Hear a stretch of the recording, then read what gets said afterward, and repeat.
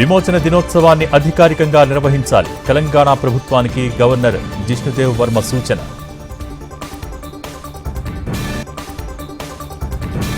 మోడీ నేతృత్వంలో అభివృద్ధి పదంలో ఆంధ్రప్రదేశ్. వైసీపీ పాలనలో అంతా అవినీతి అన్న జేపీ నడ్డా.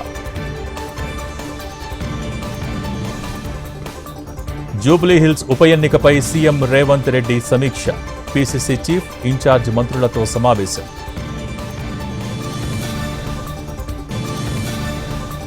అప్పుడు ఎమ్మెల్యేలను చేర్చుకుని ఇప్పుడు నీతులెందుకు? కేటీఆర్ వ్యాఖ్యలకు కౌంటర్ ఇచ్చిన కాంగ్రెస్ నేతలు.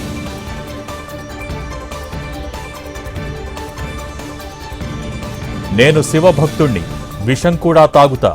వ్యక్తిగత విమర్శలపై కాంగ్రెస్కు ప్రధాని మోడీ కౌంటర్.